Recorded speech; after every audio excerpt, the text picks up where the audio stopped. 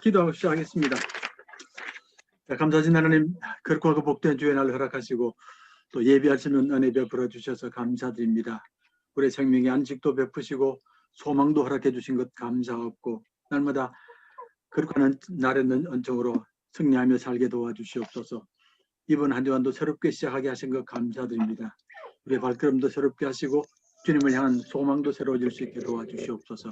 이 시간도 말씀드릴 때에 원하옵고 예수님 이름으로 기도합니다. 아멘. 자, 오늘은 우리가 구약 창세기를 보면서 창세기가 우리 이제 이 땅에 뿌린 위대한 유산들입니다. 위대한 유산들을 쭉 말씀드릴 테니까 그것이 얼마나 위대한지도 한번 생각해 보시고 또 우리가 지금 얼마나 누리고 있느냐도 한번 생각해 보면 좋겠습니다.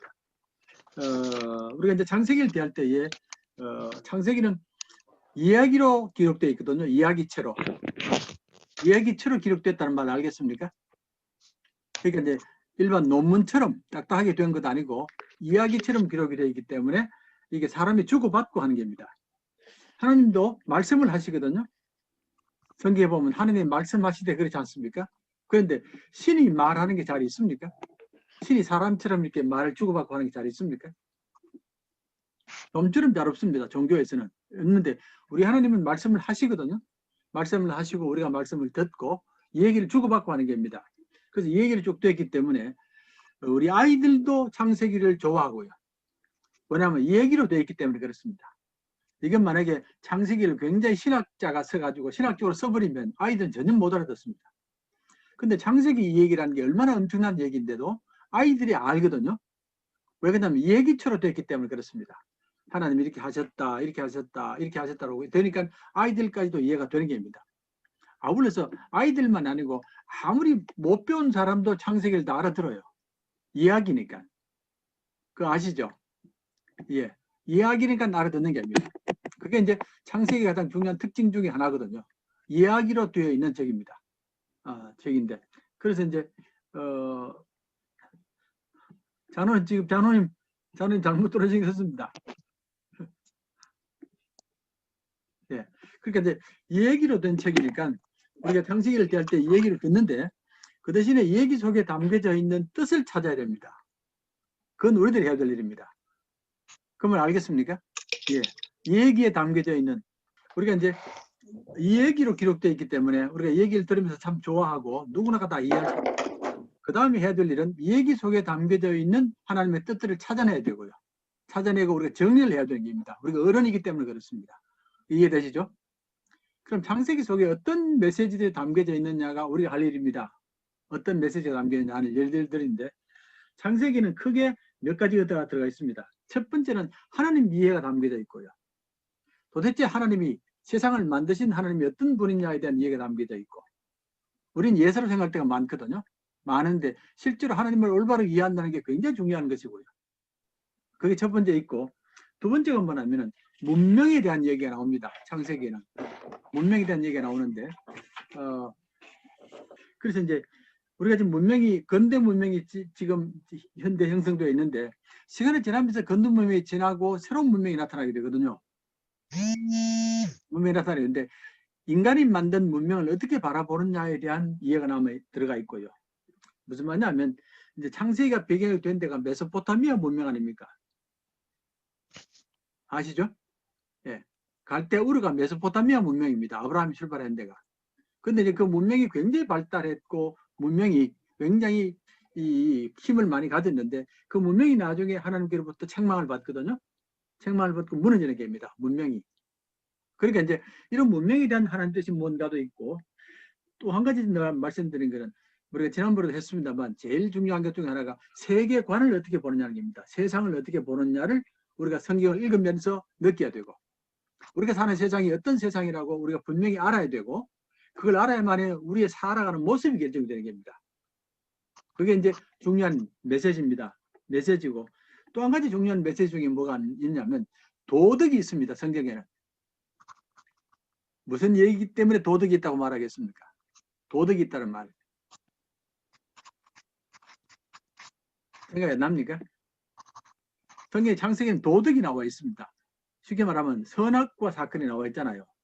선과 악에 대한 얘기가 나오는 겁니다. 그러니까 사회가 움직여 나갈 때 항상 선과 악이 결정돼야 되는데 이 선과 악을 어떻게 결정해야 되고 우리가 어떻게 받아들여야 되는가가 나오는 겁니다. 예, 이게 이제 우리가 문명을 만들 때 굉장히 중요한 문제거든요. 선과 악을 어떻게 정하느냐 하는 게 굉장히 중요한 문제이고 또 한 가지가 뭐냐면은 인간들에게 자유라는 것이 있는데 자유라는 것이 얼마나 중요한가도 일러야 되는 겁니다. 자유라는 것이. 예. 그게 사실 자유라는 문제는 옛날부터 지금까지 계속 이 문제가 다가옵니다. 도대체 사람들이 어떻게 하면 자유롭게 살 수 있느냐, 세상이 자유로운 세상이 될 수 있느냐, 정치적으로도 그렇고 경제적으로도 굉장히 중요한 이슈가 되고요. 자, 그리고 또 한 가지가 뭐냐면은 우리가 이제 그 삶을 삶에 있어서 생명의 가치를 어떻게 보느냐, 생명의 가치를 어떻게 보느냐도 중요한 주제입니다. 네, 그러니까 우리가 창세기 안에는 생명을 어떻게 보느냐 하는 그런 주제도 담겨져 있고요. 그리고 창세기는 또 하나 남겨져 있는 게 뭐냐면 거룩이란 주제가 담겨져 있습니다. 거룩이란 주제가 담겨져 있는데 거룩이란 것은 우리가 아는 것처럼 다르다는 말이거든요. 다르고 구별된다는 말의 의미입니다. 다르고 구별된다는 말의 의미인데 그럼 하나님을 믿는 사람들은 믿지 않는 사람과 어떻게 차별이 되느냐, 무엇이 거룩하냐는 그런 것들이 담겨져 있는 게 창세기에 나와 있습니다. 그런데 이런 모든 것들이 사회를 구성하고 문명을 만드는 요소들이거든요. 이게 형성이 안 되면 문명이 안 만들어지고 사회가 안 만들어지는 겁니다. 그러니까 우리가 창세기를 보면서 얘기 속에서 이런 요소들을 어떻게 정립하느냐를 가져야 되고 우리도 마찬가지로 사람이 살면서 나는 이런 문제를 이렇게 생각한다. 그러므로 이렇게 산다고 판단이 돼야 되는 겁니다. 지금 무슨 말인지 아시겠습니까? 예, 그러니까 사람의 개인의 삶만 아니고 우리가 세상의 사회를 만들면서 꼭 필요한 요소들이 있는데 그런 요소들을 어떻게 정하느냐를 배워야만이 우리가 세상을 바르게 만들 수 있고 바르게 살 수 있고 나도 복된 삶을 살 수 있고 하는 그런 게 나오는 겁니다. 그래서 우리 창세기는 단순히 창세기 얘기만이 아닙니다. 하나님이 만드셨다. 그걸로 끝나는 건 아니고 여기에서 우리가 세상을 어떻게 봐야 되고 어떻게 가르쳐야 되고 어떻게 행동해야 되고 우리가 또한 하나님을 바라볼 때 어떻게 이해해야 되고 아울러서 우리 문명을 바라볼 때 어떻게 봐야 되고 그리고 우리가 도덕을 어떻게 생각해야 되는 이런 것들을 함께 생각해야 되는 겁니다. 그러니까 신앙적인 면만이 아니라 인간 포괄적인 예. 그런 이야기를 다 품고 있다 그런 뜻인 거네요. 예. 그러니까 신앙 얘기를 하시는데 신앙적인 얘기를 통해서 지금 목사님 말씀처럼 세상을 다스리는 이 얘기를 품고 있거든요. 품고 있다는 말은 우리 예수 믿는 사람들이 세상을 그렇게 만들어야 된다는 말입니다. 우리가 만들어야 된다는 말이거든요. 왜냐하면 하나님을 믿지 않는 사람들에게는 이런 얘기를 들을 데가 없습니다. 들어도 전혀 다르게 듣기 때문에 우리가 듣고 바르게 살아야만이 세상이 바뀐다는 그 말이거든요. 그렇죠. 예. 근데 예수 믿는 사람들이 이걸 못 해나가면 세상이 무너지는 겁니다. 예를 들어 전에도 말씀드렸는데 세상이 어떤 세상이냐고 물을 때에 별의별 답이 다 있습니다. 세상은 아주 부정적인 세상관이 있고요. 옛날에 우리가 쇼펜하우어라는 사람 들었지 않습니까? 염세주의자. 세상은 몹쓸 거라는 얘기거든요. 세상은 아주 부정적이다, 고통이다라고 이렇게 생각하면 사람이 그렇게 살 수밖에 없습니다. 아니면 세상이 참 아름다운 세상이고 복된 세상이라고 생각하면 우리 마음 자세가 달라지거든요. 그럼 그렇게 사는 겁니다. 네. 우리 옛날에 이제 학교 다닐 때 많이 배웠던 게 성선설, 성악설이 있잖아요. 그건 많이 배웠잖아요. 사람이 선하다고 말하는 사람도 있고 악하다고 말하는 사람도 있거든요. 만약에 사람이 선하다고 말하면 그렇게 대하면 되는 겁니다. 악하다고 말해버리면 늘 사람을 의심하고 공격하게 되는 겁니다. 그러니까 우리가 이제 창세기에 나오는 얘기는 성경 안에서만 얘기는 아니고 온 세상을 바르게 만들고 새롭게 만드는 하나님의 메시지가 담겨져 있다 그 말입니다. 자, 그런데 가장 중요한 것은 뭐냐면 하나님 이해입니다. 예, 세상을 만드신 하나님 이해인데 하나님이 계시느냐 안 계시느냐가 굉장한 차이가 있잖아요. 그러시죠? 하나님이 계신다고 그러면 당연히 하나님 뜻을 따라야 되는데 없다고 생각하면 자기 마음대로 살면 됩니다. 내가 하나님이 되면 내가 마음대로 살면 되니까 이거 굉장히 큰 문제입니다. 자, 근데 창세기에 제일 먼저 나오는 게 뭐냐면 하나님이 계시는 분이거든요. 하나님이 계실 뿐 아니라 세상을 만든 분으로 나오는 겁니다. 이렇게 말하면 우리는 당연히 거기에 따라서 삶을 살 수밖에 없고 거기에 따라서 세상을 대할 수밖에 없는 겁니다. 그런데 창세기에 나오는 하나님의 두 가지 모습이 있습니다. 하나는 뭐냐면 굉장히 질서 있는 하나님, 질서 있고 만물을 다스리는 하나님의 모습이 나와 있고, 그건 이해가 됩니까? 하나님의 세상을 만들 때 질서를 잡아주셨잖아요. 하늘의 질서를 잡고 땅의 질서를 잡고 물의 질서를 잡아주셨고, 그래서 물이 땅을 못 넘어오게 하고 땅이 하늘을 못 넘어가게 합니다. 질서를 잡아놓으셨거든요. 그러니까 하나님이 무질서한 걸 굉장히 싫어한다는 겁니다. 혼돈을 싫어하시거든요. 혼돈을 싫어하시는데 하나님의 질서를 잡아주시는 겁니다. 그래서 어떤 분이 재밌게도 그런 얘기를 하시더라고요. 제 차에 트렁크를 보시더니만은 목사님의 영성은 트렁크의 모습과 똑같습니다. 그러더라고요. 제 차에 트렁크가 엉망이거든요. 그러니까 차 뒤에 트렁크를 어떻게 정리하느냐를 보면 영성이 어떠냐를 알 수 있습니다. 그런 얘기를 하는데 도대체가 용납할 수 없는 얘기인데도 그런 얘기를 하시더라니까. 어쨌든 우리 하나님은 질서를 원하시지 무질서를 원하는 건 아닙니다. 혼돈이 있으면 반드시 부패함이 있거든요. 부패함이 있고 싸움이 있기 때문에 그렇습니다. 그래서 이제 질서를 잡아주는 하나님에서는 조금 엄격한 모습이 나옵니다. 그런데 하나님 모습이 하나가 더 있습니다. 뭐가 있냐면 아버지의 모습이 있습니다. 아버지처럼 사랑하고 돌보고 하는 그 모습이 둘이 함께 있는 겁니다. 엄격한 모습이 나오지만 동시에 아주 자유롭고 품어주고 사랑하는 그 모습이 같이 나와 있는 겁니다. 제가 이제 히브리 말로 말씀드릴게요. 이게 질서를 좋아하는 하나님의 모습은 엘로힘이라고 그럽니다. 엘로힘이라고 그러고 아버지의 모습은 하셴 그럽니다. 제가 이제 한번 설교 시간에도 말씀드렸는데 엘로힘과 하셴이 함께 있는 겁니다. 그래서 우리 사도신경 외울 때에 제일 먼저 하는 말이 전능하사 천지를 만드신 창조주 하나님을 뭡니까? 제가 갑자기 생각한다. 하나님 아버지를 믿사오며. 예, 아버지 하나님을 믿사오며 그러시죠. 네. 아버지란 말이 꼭 들어갑니다. 창조주란 말과 아버지란 말이 같이 들어갑니다. 이거 하나 빼면 안 됩니다. 네. 예. 둘이 반드시 같이 들어가야 되지 한쪽만 가지고서는 온전히 이게 하나님을 이해를 못하는 겁니다. 하나님이 창조하셨다는 것은 너무너무 귀한데 창조한 하나님이 자칫하면은 엄격하고 질서만 찾고 법만 찾는 하나님이 될 수 있는데 아버지란 말 때문에 우리가 때로 잘못해도 용서하는구나 품어주는구나 돌봐주는구나 이게 함께 가는 겁니다. 그래서 창세기는 두 하나님을 분명히 보여줍니다. 하나님은 세상을 지으신 분이고 그러나 세상을 지을 때 우리 모두를 사랑하고 품는 분이다. 이 두 가지에 나오는 겁니다. 이게 이제 굉장히 큰 사건이거든요. 예. 그러니까 창세기 말하는 가장 중요한 사건 중에 첫 번째가 하나님을 말하고 있고 하나님이 창조주 하나님이시고 아버지 하나님이다. 이 사실을 말해주는 겁니다. 그러면 우리가 세상을 살 때에 질서 있게 살 수밖에 없고 또 설령 질서를 어기더라도 아버지께 용서를 구하면 용서받는다. 이게 함께 나오는 겁니다. 이해되시죠? 네. 그래서 이게 나오는데 되게 창세기 1장에는 창조주 하나님이 많이 나옵니다. 뭘 만드셨다가 많이 나오고 2장에 들어가면 아버지 모습이 조금 나옵니다. 2장에는 조금 나오거든요. 자, 그렇게 해서 이제 하나님의 모습을 그렸다는 게 이게 큰 사건이고 어쩌면 예수 믿는 사람들의 제일 큰 사명이 하나님을 사람들에게 알리는 것 아닙니까? 예. 우리가 하나님을 알고 하나님을 알리는 게 가장 큰 사명이 창세기의 첫 번째 메시지입니다 하고 첫 번째 우리가 메시지를 찾을 수 있고 두 번째가 문명입니다.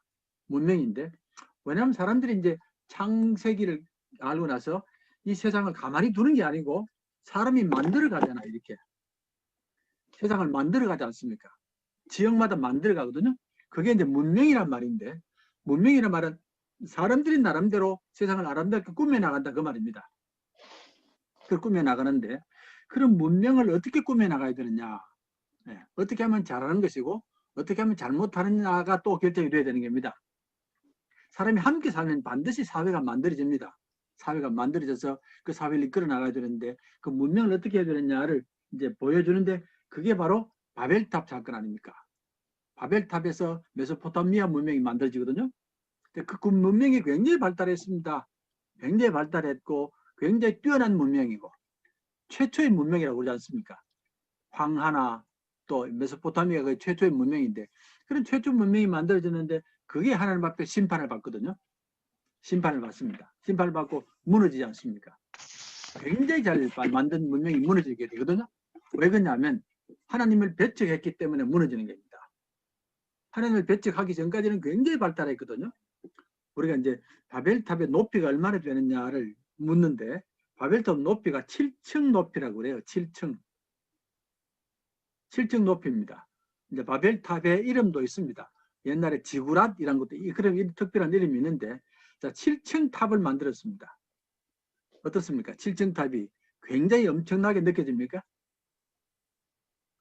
어떠세요? 7층 탑을 지었는데 좀 웃기는 얘기 아닙니까? 아, 7층이 뭐 대단하다고 7층 탑을 지었다고 메소포타미아 문명을 얘기를 하고 막 그렇게 자랑하고 그러시죠? 그러시죠? 네. 제가 질문 드릴게요. 경복궁이 몇 층입니까? 1층. 경복궁이 1층입니다. 2층. 경복궁 1층이세요. 집이 커서 그렇지 1층입니다. 아, 경복궁이 2층으로 되어 있습니까? 1층입니다. 누각이? 예? 안에 누각이 있지 않나요? 안에? 누각이 있는데 한번 보세요. 네. 누각이 있는데 그러니까 탑 말고 집이 집은 하나. 집은 하나인데 1층이잖아요. 그치. 그렇죠? 1층이 다락이 있을지는 모르겠는데 그래도 집은 1층 아닙니까? 우리나라는 오랫동안 1층을 짓고 살았어요. 2층을 올린다는 걸 생각을 못했습니다. 제가 이제 대구에 있는 개성고등학교를 졸업했는데 제가 처음에 이제 학교를 갔더니만은 그 얘기를 해주시더라고. 경상북도에서 최초로 2층 집이 지어진 곳이 우리 학교입니다. 그래요. 아, 선교사가 지은 학교니까 2층 네. 집을 지은 겁니다. 지어 놓으니까 경상북도에 있는 온 사람들이 다 와서 도시락 들고 와서 집을 구경했다는 겁니다. 2층을 지었다고. 예, 그게 2층입니다. 2층인데 그러면 어떤 면에서 우리나라에서 수천 년 동안 1층으로 지은 겁니다. 1층으로. 근데 그 옛날에 7층을 지었거든요. 그러니까 이게 어마어마하다는 말입니다. 그런 일이 벌어졌는데 그러나 이제 결국 하나님을 배척하는 바람에 인간의 능력을 자랑하면서 하나님을 배척하는 바람에 문명이 무너지거든요. 무너진다는 그 말입니다. 자, 근대 문명도 마찬가지입니다. 지금 문명이 갈수록 하나님을 배척하는 건 아시죠? 네. 점점 배척해 나가거든요. 하나님 말씀도 점점 멀리 해 나가고 이러면 근대 문명이 무너질 수밖에 없고 새로운 문명이 만들어질 수밖에 없습니다. 그것도 우리가 충분히 생각할 수 있어야 됩니다. 그러니까 이제 인간의 능력이 아무리 뛰어나고 자랑스러워도 하나님을 배척하면 무너진다는 게 성경의 가르침입니다. 됐습니까? 네. 그다음 중요한 건 도덕 아닙니까? 도덕이 중요하거든요. 도덕이 참 중요한데 자, 도덕에 있어서의 선과 악을 분명히 정해야만 합니다. 그래야만이 세상이 살 수 있거든요. 만약에 선과 악이 혼돈된다면 세상이 얼마나 힘들겠습니까? 아닙니까? 네, 선과 악이 혼돈되면 굉장히 힘듭니다. 네, 말할 수 없이 힘듭니다. 만약에 선인데도 불구하고 악처럼 취급하고 악인데 선처럼 취급하면 사람이 못 견딥니다. 지금은 우리나라가 조금 그런 면이 있는데요. 그러시죠? 많이 있죠. 우리나라가 지금 많이 있는지는 모르겠습니다만 선과 악이 섞여 있잖아요. 지금. 그러니까 사람들이 선악을 판단을 못하게 만들어 놓지 않습니까? 그러니까 젊은이는 젊은이대로 못 살겠고 나이 드신 분은 나이 드신 분대로 못 살겠고 이게 선악의 혼돈 때문에 안 그렇습니까? 예를 들면 이게 악이다 그러면 끝이 나버리면 되는데 악이 다시 살아나거든요. 선이면 칭찬하면 되는데 이게 다시 죽으면 고통받는 겁니다. 이게 사람들이 굉장히 고통받는 게 뭐냐면 선악이 흔들리면 고통이 받습니다. 제 말이 맞으시죠? 네. 아이들이 착하게 살면 얼마나 좋습니까? 나쁘게 살면 고통을 받거든요. 그러니까 개인도 가정도 사회도 선악이 분명히 안 정해지면 굉장히 고통을 받습니다. 아마 지구상에서 제일 고통받는 나라가 북한 아닙니까? 지금은 북한이거든요. 북한은 선악을 김정은이가 정하잖아요. 선과 악의 기준이 김정은입니다. 내가 말하면 다 되는 겁니다. 내가 내 뜻에 안 맞으면 다 그냥 죽여버리는 겁니다. 이러면 굉장히 사람이 고통을 받습니다. 자, 그래서 성경에서는 말하는 게 뭐냐면 선악과를 사람이 먹지 말라고 그럽니다. 너희들이 해서는 안 된다. 선악은 하나님이 정해진 것을 지켜야 되지. 이건 절대적으로 든든히 써야 되지. 이게 흔들리면 세상이 다 무너지는 겁니다. 네, 그래서 이제 신학자는 아니라도 역사가들은 위대한 역사가들은 항상 말합니다. 거대한 제국이 무너지는 것은 외부의 힘 때문이 아니고 선과 악이 무너졌기 때문이다. 이게 공통적입니다. 로마 제국도 그렇고 헬라 제국도 그렇고 선악이 무너지면 제국은 무너져 버립니다. 그걸 말하는 게 선악과 사건 아닙니까? 꼭 사회는 선악을 지켜야 되고 선악은 절대적인 기준이 있어야 된다. 신성하다 그 말입니다. 이걸 사람이 함부로 바꾸거나 함부로 이렇게 대해서는 안 된다고 말하는 게 창세기 메시지 아닙니까? 근데 이제 앞으로 되겠습니까? 선악을 이게 하나님 뜻대로 가겠습니까? 우리 사회가? 네? 전 정말 자신 없는데 우리 사회가 갈수록 하나님을 멀리하면 갈수록 선악을 아무렇게나 대할 텐데요. 요즘 자식들 부모에게 달라드는 거 보면 야 어떻게 저럴 수가 있는가 싶기도 하고 굉장하거든요. 부모 말해도 듣지도 않고 뭐 웃기는 얘기를 들어버리고 이러면 부모 권위도 안 쓰고 뭐 사회 권위도 안 쓰고 뭐 대통령 권위도 안 쓰는데 뭐 그게 그렇습니다. 그러니까 선악을 바로잡아야지 된다. 선악은 하나님이 정해야 된다 하는 것이 이제 상당히 중요한 메시지입니다. 자, 그다음에 중요한 게 뭐냐면 자유거든요. 자유가 굉장히 중요한데 창세기 처음부터 인간의 자유를 굉장히 중요하게 여깁니다. 자유를 중요하게 여기고 반드시 사회는 자유가 있어야 된다. 어떤 경우도 사람은 종이 되어서는 안 된다는 겁니다. 자, 이 말이 큰 말 아닙니까? 저는 이 말이 너무너무 큰 말인데요. 어떤 경우도 사람을 종으로 만들어서는 안 된다. 사람은 내가 원하는 것을 선택할 수 있어야 되고 내가 원하는 것을 할 수 있어야 된다. 이게 자유거든요. 다만 그 자유가 책임 없는 자유가 아니고 남을 해치는 자유가 아니고 남을 해치지 않아야 되고 내가 책임을 다하는 자유를 훈련받아야 된다는 겁니다. 그래서 유대인 신학자들은 이렇게 말합니다. 모세오경, 창세기, 출애굽기, 레위기, 민수기, 신명기 5권의 책 전체가 자유를 위한 책이라 그렇게 말하기도 합니다. 자유를 위한 책이다 하고 절대적으로 인간은 자유가 있어야 된다. 세상도 자유가 있어야 된다. 그 말은 내가 선택하도록 해줘야 되지 내가 선택을 못하고 강요받거나 억지로 하는 것은 안 된다는 겁니다. 그러니까 이제 우리가 이제 그러면 당장 이제 반문하는 분들이 뭐냐면 하나님이 선악과를 못 먹게 해놓고 그런 말이 어디 있냐고 말하잖아요. 못 먹게 해놓고 거기에 무슨 자유가 있느냐 그러지 않습니까? 아닙니다. 만약에 하나님이 자유를 무시하신다면 선악과를 그렇게 안 놔두시죠. 자물쇠로 채우셔야 되지 못 먹게 채우셔야 되죠. 근데 선악과를 먹어도 되고 안 먹어도 되고 놔두셨거든요. 인간의 자유 때문에 그렇습니다. 절대로 사람의 자유를 무시하지 않고 하나님과 우리의 관계가 자유의 관계가 되어야 되지 억압의 관계가 되어서는 안 된다는 것을 처음부터 가르치는 겁니다. 그런데 이 자유가 이 땅에 정착되기까지는 무려 한 4,000년이 걸렸습니다.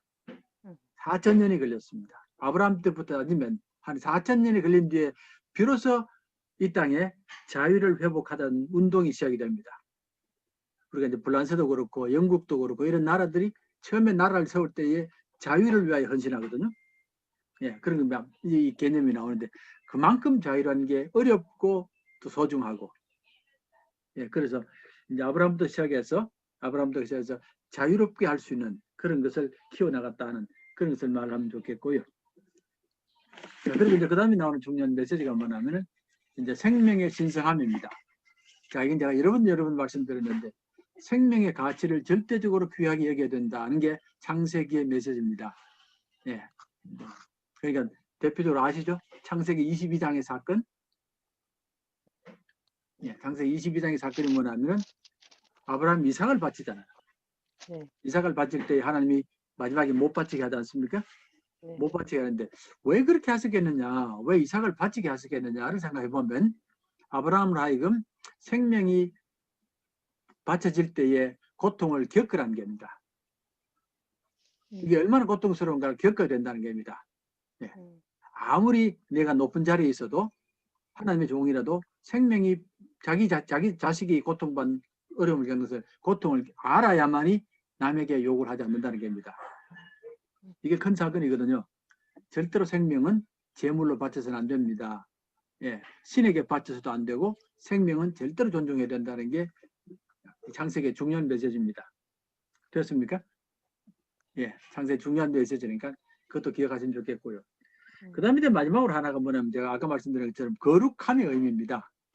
거룩함의 의미거든요. 거룩함의 의미인데 이제 거룩함의 의미는 기독교의 가장 중요한 개념 중에 하나입니다. 왜냐하면 하나님이 거룩하시거든요. 하나님이 거룩함이고 하나님이 제일 먼저 거룩하게 만든 게 뭔지 아십니까? 안식일입니다. 아, 안식일이 첫 번째 거룩하다고 칭함받은 대상입니다. 안식일이. 이날은 거룩한 날이라고 안식일이라고 정한 게 제일 첫 번째 거룩이 해당된 대상입니다. 물론 이제 성전이 거룩하다는 말도 나오고 재물이 거룩하다는 말도 나오고 백성이 거룩하다는 말도 많이 나오는데 제일 첫 번째 거룩함이 뭐냐면 안식일입니다. 안식일. 그러니까 창조부터 시작해서 이날을 거룩하게 만들어버린 겁니다. 왜냐하면 모든 생명과 모든 만물이 거룩이 있어야 산다는 겁니다. 이 한 날을 정해놓고 쉬게 만들어줘야지 살 수 있지. 만약에 이 한 날을 쉬지 못하게 만들어버리면 사람이나 동물은 다 죽습니다. 이해되시죠? 네. 한 날을 쉬게 만들어줘야만이 그 생명이 살지. 쉼이 없는 삶이라 같으면 우리가 만약에 학교를 1년 내내 다닌다고 한번 생각해 보세요. 쉬는 날 없이 다니면 학교는 지옥입니다. 그러시죠? 직장을 1년 내내 한번 다녀보세요. 지옥입니다, 그거. 과로사.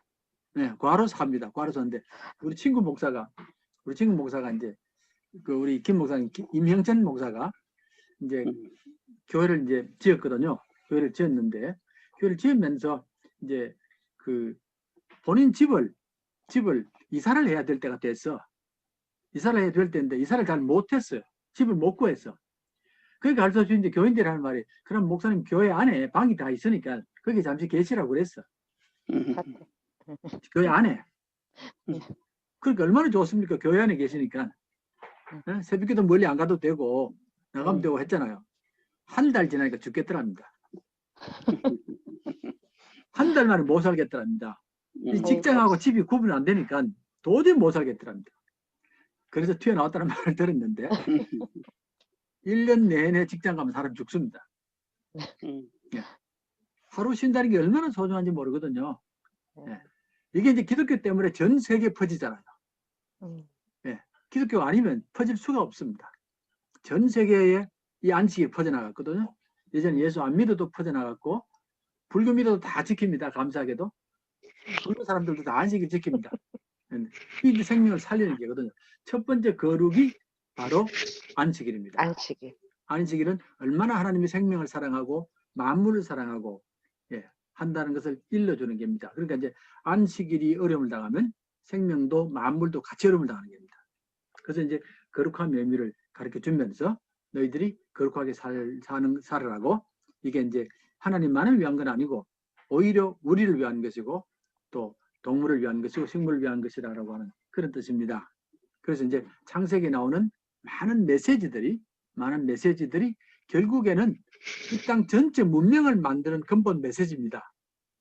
메시지고 생명과 만물을 사랑하는 그런 하나님의 메시지라는 것도 우리가 같이 기억하면 좋겠습니다. 그래서 어쨌든 정리해드리면 기독교 창세기 속에서 이야기 속에서 얼마나 귀중한 보배들이 담겨져 있는지 모릅니다.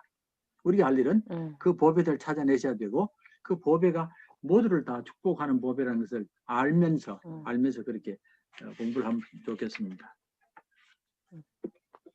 오늘 좀 일찍 마쳐야 되겠는데 자 고맙습니다. 들어가세요. 네. 들어가세요.